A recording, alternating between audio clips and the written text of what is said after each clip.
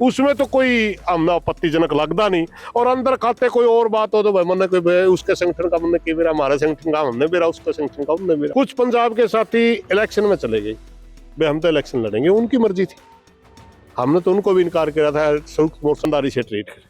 अगर संयुक्त मोर्चा की फूट होगी तो ये दोबारा रिएक्ट करेगा। जो ये कानून वापस लिए गए हैं, मजबूरी बस लिए गए हैं, कोई शौक में लिए नहीं गए हैं, वही उसका परिणाम आज कृषि नीति के नाम से दोबारा आ गया ना। तीनों आंदोलन के ऊपर टिप्पणी करने का हमारा कोई अधिकार नहीं है, हम उनके ऊपर कोई टिप्पणी नहीं करेंगे। हमारे ऊपर उनका कोई अधिकार नहीं है कि वो हमारे ऊपर। सुरेश जी, अभी हाल फिलहाल में गुरनाम चन्नूनी जी की हरियाणा के मुख्यमंत्री नायाब सिंह सैनी से मुलाकात हुई है।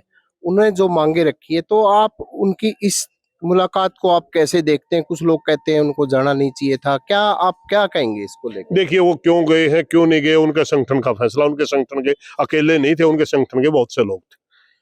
मगर बाहर आकर के आप जैसे पत्रकारों को जो उसने बात कही है कि हम तो ये कहने गए थे कि हरियाणा सरकार जो आंदोलन चल रहा है उसकी मध्यस्थता करके भारत सरकार के साथ इनकी वार्ता कराएं।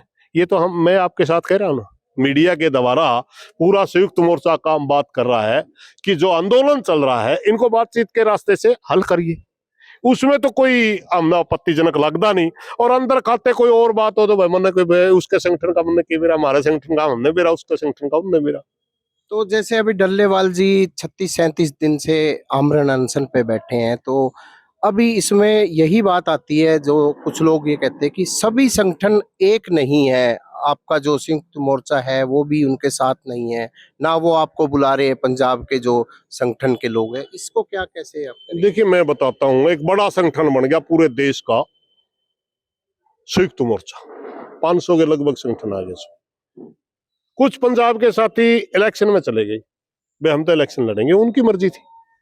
हमने तो उनको भी इनकार किया था संयुक्त मोर्चा ना तोड़ो, अच्छी बात नहीं है, इलेक्शन में कुछ मिलना जलना नहीं। मगर वो कहने लगे हम इलेक्शन लड़ेंगे, वो इलेक्शन में चले गए। इलेक्शन से जब उनको दिखा, किसानों ने उनको कहा भाई सारे, अगर सारा संयुक्त मोर्चा लड़ता तो अलग बात, अकेले को हम नहीं करेंगे, उनको वोट वाट मिले नहीं। फिर दोबारा 4 महीने के बाद वो फिर आगे संयुक्त मोर्चा को कहने लगे, हमने 4 महीने के लिए सस्पेंड कर दिया उनको। उन्होंने दोबारा फिर आके कहने लगे कि हम आज प्रार्थना करते हैं कि हम संयुक्त मोर्चा हिस्सा बनना चाहते हैं। हमारे साथी थे, हमारे साथ बैठे थे, हमने कह दिया ठीक है भाई, हम तो मोर्चा आप एकता के पक्षधर हैं। तो कुछ साथी कहने लगे भाई हम राजनीतिक लोगों के साथ नहीं बैठे। हमने उस समय भी कहा था भाई आज देश के अंदर ऐसा राजा नहीं है जो ईमानदारी से ट्रीट करे। अगर संयुक्त मोर्चा की फूट होगी तो ये दोबारा रिएक्ट करेगा। जो ये कानून वापस लिए गए हैं, मजबूरी बस लिए गए हैं, कोई शौक में लिए नहीं गए हैं, वही उसका परिणाम आज कृषि नीति के नाम से दोबारा आ गया ना। तीनों कानून ये सोच लिया सरकार ने इनमें फूट होगी, जबकि सच्चाई नहीं है। सच्चाई ये है कि 500 के अंदर जो 5-7 संगठन निकल भी गए होंगे तो पूरे देश का संयुक्त मोर्चा तो आज भी हाजिर है। मैं आपको बता दूं, अगर मैं यहाँ आज घोषणा होती है कि भाई हिसार जिले के अंदर संयुक्त मोर्चा कोई नेता ये बात कर रहा है, तो आप ये समझिए देश के अंदर 500 जिलों में वो काल लागू होती है। आज संयुक्त मोर्चा इतनी बड़ी पावर है, तो सरकार भ्रम में ना रहे। वो जो नीतियां लेकर के आ रही है वो हम ये लागू नहीं होने देंगे। संयुक्त मोर्चा कल भी एक था, संयुक्त मोर्चा आज भी एक है। रही बात उन साथियों की बुलाने की ना बुलाने की, देखिए हर संगठन का प्रजातांत्रिक अधिकार है वो कैसे आंदोलन लड़ेगा। हम ना उनके आंदोलन के ऊपर टिप्पणी करने का हमारा कोई अधिकार नहीं है, हम उनके ऊपर कोई टिप्पणी नहीं करेंगे। हमारे ऊपर उनका कोई अधिकार नहीं है कि वो हमारे ऊपर टिप्पणी करें। हमारा तरीका यह है कि हम संयुक्त मोर्चा के साथ रहें, संयुक्त मोर्चा के साथ आंदोलन लड़ेंगे। उन साथियों ने अपना फैसला खुद करे। जैसे अभी नारनौद में वहाँ बास में एक पंचायत हुई थी, उसमें खाप पंचायत हुई थी, उसमें भी यही कहा गया था कि सभी जो किसान संगठनों को एक होना चाहिए, तब हम उनका समर्थन करेंगे। देखिए, खाप वहाँ बास के अंदर हुई थी, वो माननीय बड़ी अच्छी खाप है हमारी सतरोड़ खाप के अध्यक्ष उसकी अध्यक्षता कर रहे थे। 2-4 प्रधान और भी चुने हुए थे। पूरे हरियाणा के खापों की पंचायत वो नहीं थी, मैं आपको क्लियर कर दूं। क्योंकि खाप पंचायत उससे पहले भी 81 में कुछ साथी इकट्ठे हुए थे, वो खापों में प्रधान चुने हुए प्रधान उनमें भी थे काफी अपने अपने तरीके से। खाप पंचायतों का एक संगठन होता है सामाजिक संगठन, वो अकेला किसानों के लिए नहीं बन रहा है, वो आपस के विवाद भी निपटाता है, मजदूरों को आंदोलन में भी सपोर्ट करता है, कर्मचारी आंदोलन में भी सपोर्ट करता है। वो है सपोर्टर। पूरे हरियाणा लेवल की सारे खाप प्रधाना की मिलकर के आज तक कोई मीटिंग हुई ही नहीं। ठीक है ना। अब अलग अलग मीटिंगों में अलग अलग विषय चलते हैं, अलग अलग चीजें चलती हैं। किसी का कोई रिजल्ट आ जाए, किसी का कोई रिजल्ट आ जाए। आसीवाड़ी में रिजल्ट आया, सारे ब्लॉकों में अपने मांग पत्र दो।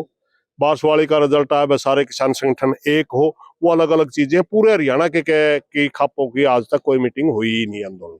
तो अभी जैसे यही बात सामने आ रही थी, आपस में किसान संगठनों को एक होना चाहिए, तो क्या लगता है इस एकता के लिए क्या कदम उठाने चाहिए? देखिए, संयुक्त मोर्चा ने तो पहले ही, जब ये 13 फरवरी में आंदोलन चल रहा है, 6 मेंबरी कमेटी बना दी थी और पूरे संयुक्त मोर्चा ने पास कर रखा है कि बड़े भाई की भूमिका में हम ज्यादा संगठन हमारे साथ है, तो हम तो एकता के पक्षधर हैं।